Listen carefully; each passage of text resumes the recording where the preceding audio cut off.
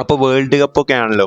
അപ്പോൾ ഈ വീഡിയോയിലൂടെ നമ്മൾ മലയാളത്തിലെ മികച്ച ഫുട്ബോൾ സിനിമകളാണ് നമ്മൾ നോക്കാൻ പോകുന്നത്. അപ്പോൾ വേൾഡ് കപ്പിലൊക്കെ നിങ്ങൾ സപ്പോർട്ട് ചെയ്യുന്ന ടീം ഏതാണെന്ന് ജസ്റ്റ് ഒന്ന് കമൻറ്റ് ചെയ്ത് വെച്ചേക്കുക. അപ്പോൾ ഈ വീഡിയോ മുഴുവനായിട്ട് കാണാൻ ശ്രമിക്കാം. നേരെ വീഡിയോയിലേക്ക് പോകാം.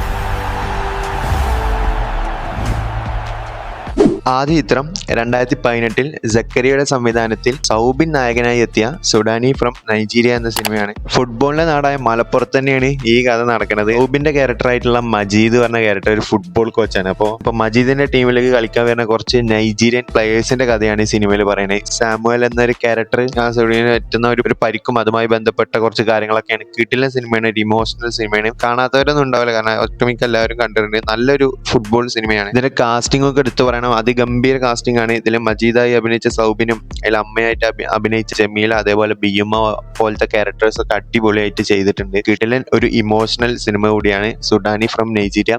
രണ്ടാമത്തെ സിനിമ 2018 പ്രജേഷിന്റെ സംവിധാനത്തിലെത്തി ജയസൂര്യ നായകനായി എത്തിയ സിനിമ ക്യാപ്റ്റൻ. ഇന്ത്യയിലെ മികച്ച ഫുട്ബോൾ കളിക്കാരനായ നമ്മുടെ മലയാളിയായ നമ്മുടെ VP സത്യന്റെ ഒരു റിയൽ സ്റ്റോറിയാണ് ഈ ചിത്രം പങ്കുവെക്കുന്നത്. ഇതൊരു റിയൽ ഇൻസിഡന്റ് സ്റ്റോറിയാണ്. ജയസൂര്യയുടെ പെർഫോമൻസ് ആണ് എടുത്തു പറയേണ്ടത്. അതേപോലെ നമ്മുടെ മമ്മൂക്കൊക്കെ ഇതിൽ ക്യാമിയോ ആയിട്ടൊക്കെ എത്തിയിട്ടുണ്ടായിരുന്നു. അപ്പൊ കാണാത്തവരുണ്ടെങ്കിൽ തീർച്ചയായിട്ടും കണ്ടിരിക്കേണ്ട സിനിമ കൂടിയാണ് ക്യാപ്റ്റൻ എന്ന സിനിമ.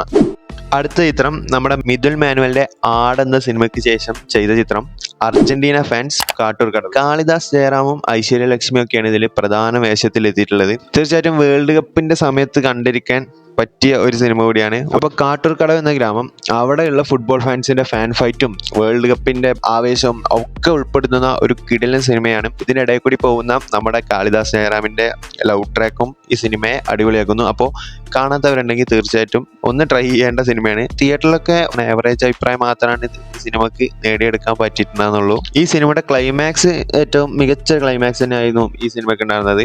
അതേപോലത്തെ സോങ്സ് ആയാലും അടിപൊളിയായിരുന്നു. അടുത്ത സിനിമ 2011 ജോഷിയുടെ സംവിധാനത്തിലെത്തിയ 7. ഈ ചിത്രം കാണാത്തവരായിട്ട് ആരും ഉണ്ടായില്ല. പക്ഷെ എന്നാൽ കാണാത്തവരുണ്ടെങ്കിൽ തീർച്ചയായിട്ടും കണ്ടിരിക്കേണ്ട സിനിമ. നമ്മളെ ചാക്കോച്ചനും ആസിഫ് അലി, നീമ്പോൾ, ഹിമാകലി അങ്ങനെ ഒരുപാടധികം താരങ്ങൾ അഭിനയിച്ച സിനിമയാണ് ഇത്. ഫുട്ബോളിന് പാഷനായി നടക്കുന്ന കുറച്ച് ചെക്കന്മാരുടെ കഥയാണ് 7 എന്ന സിനിമ. അവരിടയിൽ ഉണ്ടാകുന്ന ചില പ്രശ്നങ്ങളും അതെങ്ങനെ ഫുട്ബോളിലെ കരിയറിനെ ബാധിക്കുന്നു എന്നൊക്കെയാണ് ഈ സിനിമ ചർച്ച ചെയ്യുന്നത്. അപ്പോൾ ഈ സിനിമ ഒരു ഫുട്ബോൾ പ്രേമി തീർച്ചയായിട്ടും കണ്ടിരിക്കേണ്ട ഒരു ചിത്രം കൂടിയാണ് 7 എന്ന സിനിമ. അടുത്ത ചിത്രമാണ് റീസെന്റ് അല്ലെങ്കിൽ 2022 വേൾഡ് കപ്പ് ആ സമയത്ത് ഇറങ്ങിയ പടം. നമ്മുടെ നിഖിൽ പ്രേമരാജ് സംവിധാനത്തിൽ അജു വർഗീസും പെപ്പയൊക്കെ നായകനായി എത്തിയ ആനപ്പറമ്പിലെ വേൾഡ് കപ്പ് എന്ന സിനിമ. അജു വർഗീസ് അല്ലാതെ ബാലു വർഗീസും സൈജു ഗ്രൂപ്പൊക്കെ ഇതിൽ പ്രധാന വേഷത്തിൽ എത്തിയിട്ടുണ്ട്. ഇതിലെ താരങ്ങൾ ശരിക്കും കുട്ടികളാണ്.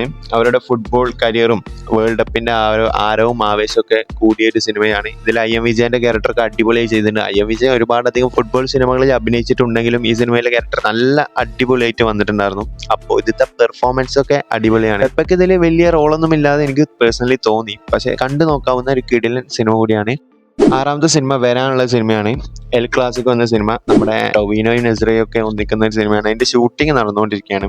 ഇനി ഞാൻ ഇതിൽ വിട്ടുപോയ ഫുട്ബോൾ റിലേറ്റഡ് ആയുള്ള സിനിമകൾ ഉണ്ടെങ്കിൽ നിങ്ങൾ ജസ്റ്റ് ഒന്ന് കമന്റ് ചെയ്ത് വെച്ചേക്കാം. പിന്നെ നിങ്ങളൊക്കെ ഏത് ടീമിനെയാണ് സപ്പോർട്ട് ചെയ്യുന്നത് എന്ന് ജസ്റ്റ് ഒന്ന് കമന്റ് ചെയ്ത് വെച്ചേക്കാം. എന്നെ വെച്ച് നോക്കുമ്പോൾ ഞാൻ ഒരു പോർച്ചുഗൽ ആരാധകനാണ്. എന്തായാലും വേൾഡ് കപ്പ് ഒക്കെ അടിപൊളിയായിട്ട് നടക്കുന്നുണ്ട്. നമുക്ക് കാത്തിരിക്കാം ആരൊക്കെ ആവും ഫൈനൽ എന്ന്. നിങ്ങളുടെ പ്രഡിക്ഷൻ എന്താണെന്നും കൂടി ജസ്റ്റ് ഒന്ന് കമന്റ് ചെയ്ത് വെച്ചേക്കാം. അപ്പോൾ ഈ വീഡിയോ ഇത്രേ ഉള്ളൂ. ഇത്ര നേരം വീഡിയോ കണ്ടിട്ടുണ്ടെങ്കിൽ ജസ്റ്റ് എന്നും പറയുന്ന പോലെ ജസ്റ്റ് ഒരു കമന്റ് ഇട്ടുകയാണെങ്കിൽ സന്തോഷം.